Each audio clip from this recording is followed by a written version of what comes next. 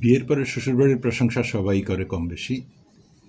তবে এই ক্ষেত্রে আমার বন্ধু কাজী কামালের প্রশংসাটা একটু বেশি হয়ে যায়। সে সকাল বিকাল সন্ধ্যা যখনই দেখা হয় কোনো না কোনো প্রসঙ্গে শ্বশুরবাড়ির কোনো একটি বিষয় নিয়ে আমাদের কাছে বলবে এবং সেটা খুব উচ্ছ্বাসের সাথে তাদের সুনাম করবে।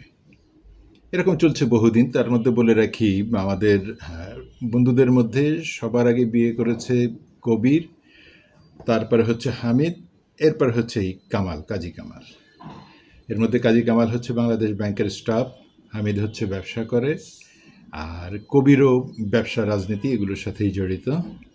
কিন্তু বয়সের দিক থেকে কবির আবার আমাদের অনেক অনেক ছোট, তারপরে আমাদের বন্ধুর মধ্যেইও গুরুত্বপূর্ণ একজন। কামালের এই প্রশংসার অংশটার মধ্যে গুরুত্বপূর্ণ দিক হচ্ছে ওকে ওর শ্বশুরবাড়ি থেকে এই দিচ্ছে, ওই দিচ্ছে, সেই দিচ্ছে। আজকে সাফারি শ্যুট দিয়েছে, কালকে একটা আলমারি দিয়েছে, তারপরে একটা শোকেস দিয়েছে, এরকম চলছেই। বিয়ের পর থেকে আমরা এগুলোই শুনে আসছি অনবরতভাবে। তো এর মধ্যে একবার প্রবেশ করেছে খাবারের বিষয় নিয়ে। বলে রাখা ভালো, কামালের শ্বশুরবাড়ি হচ্ছে ঢাকা জেলার দোহারে। আবার হামিদেরও গ্রামের বাড়ি দোহার বা নবাবগঞ্জ, ওই বেল্টেই, ওখানেই ও বিয়ে করেছে, ওইখানেই। তো এবারের প্রসঙ্গটি আসছে বা এবারের প্রশংসাটি আসছে কামালের শ্বশুরবাড়িতে 5 কেজি গরুর দুধকে জাল দিয়ে ঘন করে করে করে একেবারে 1 কেজির নিচে নিয়ে আসে, তারপর ওইখানে সামান্য একটু পোলাওর চাল দিয়ে তারা পায়েস রান্না করে এবং সেটা ওর বাড়িতে প্রায়ই পাঠায়। এটা এত মজা হয় যে খেলে সারা জীবন মনে থাকবে। তো কী কারণে জানি না, আমাদের সব বন্ধুদের ভিতরে একসাথে একটা প্রতিক্রিয়া হলো যে এবার তাহলে এই জিনিসটা তো অন্তত আমাদের সাথেও শেয়ার করতে পারে। পায়েস তো একটা খাওয়ার জিনিস।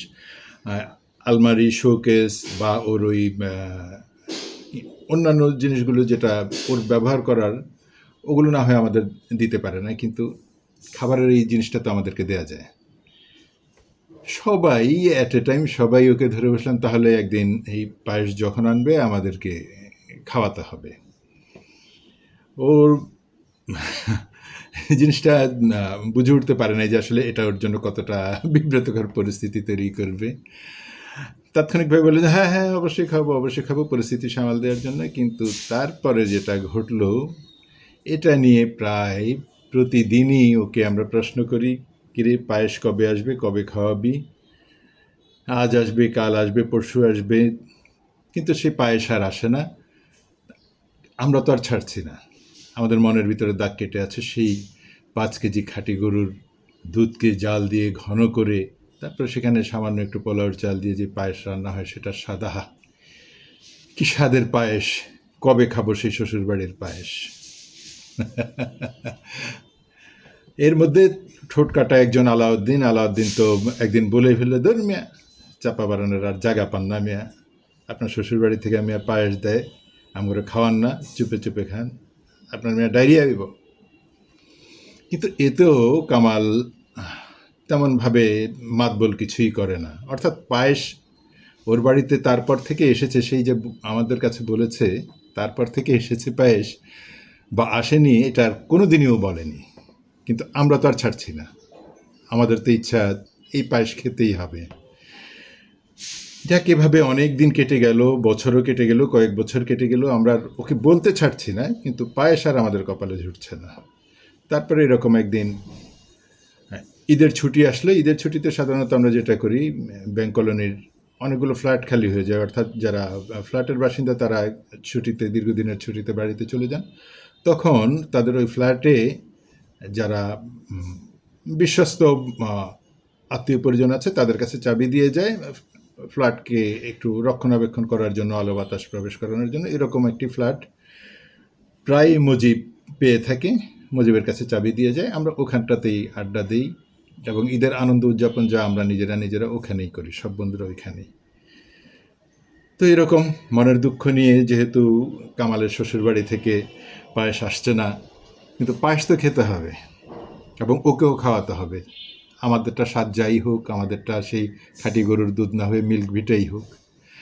তো আমরা ওকে সহই একসাথে গেলাম বাজার থেকে, দোকান থেকে 5 লিটার মিল্ক ভিটা কিনলাম। কিনে পোলাওর চাল তো আর ওই 250 গ্রাম কেনা যায় না, মুজিবের বাসা থেকে পোলাওর চাল আনা হলো। এনে আমরা নিজেরাই ওই ফ্ল্যাটে রান্না করতে শুরু করলাম।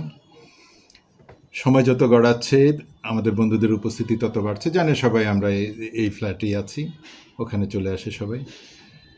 হচ্ছে, রান্নার কাছাকাছি সময় আসলো। যারা জানে না আমরা এই ফ্ল্যাটে আছি তারাও কীভাবে খোঁজ নিতে নিতে চলে আসলো। অনেকেই চলে এসেছে, মানে প্রত্যাশার চেয়ে অনেক বেশি আমাদের বন্ধুদের আগমন ঘটেছে। এর মধ্যে হামিদও চলে এসেছে, যদিও হামিদ গত বেশ কিছুদিন ধরেই আসছে না, বা আসলেও খুব অল্প সময়ের জন্য আসে আবার চলে যায়। বলে রাখা ভালো, ওর ওয়াইফকে নিয়ে ও কলোনিতেই পাশেই আরেকটা বিল্ডিংয়ে থাকে।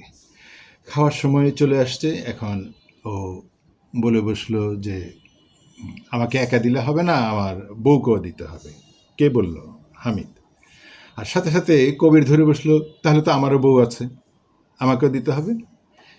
কামাল আর কিছু বলে না। কামাল তো টের পেয়েছে যে আসলে ঘটনাটা কি ঘটছে এবং কিসের উত্তর ওকে দেয়া হচ্ছে। যাই হোক, কবির কোনোভাবেই ছাড় দিবে না। কবির বলছে যে এই খাবার আমার বউকেও দিতে হবে।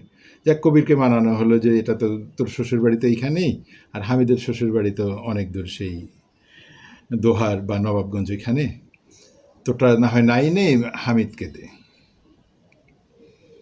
হামিদকে দেয়া হলো। হামিদ ওরটা এবং ওর ওয়াইফেরটা নিয়ে বাসায় চলে গেল। এদিকে আমরা খাওয়া দাওয়া করলাম। আর আমাদের প্রিয় বন্ধু কাজী কামাল খেলেন বটে, কিন্তু আমাদের এই খাবারের স্বাদ কেমন হয়েছে, আয়োজনটা ঠিকঠাক মতো হয়েছে কি না, সে বিষয়ে কোনো কিছু বললেন না। শ্বশুরবাড়ির বিষয়টাকেই হয়তো আগিয়ে রাখার জন্য চুপ করে খেয়েই গেলেন, আর কোনো কথা বললেন না। এরকম আমাদের এই পাগলামি বহুদিন ছিল, বহুদিন আমরা এভাবেই পাগলামি করেছি, সময় কাটিয়েছি। এখন সবাইকে মিস করি। এই শহরেই থাকি, কিন্তু কারোর সাথে কারো দেখা নেই, কথা নেই, যোগাযোগ নেই। একদিন হয়তো এই যোগাযোগ বিচ্ছিন্ন অবস্থায় পৃথিবী থেকেই বিদায় নিয়ে নিব। ভালো থেকো বন্ধু, তোমরা যে যেখানেই আছো, সবার জন্য অনেক অনেক অনেক শুভকামনা।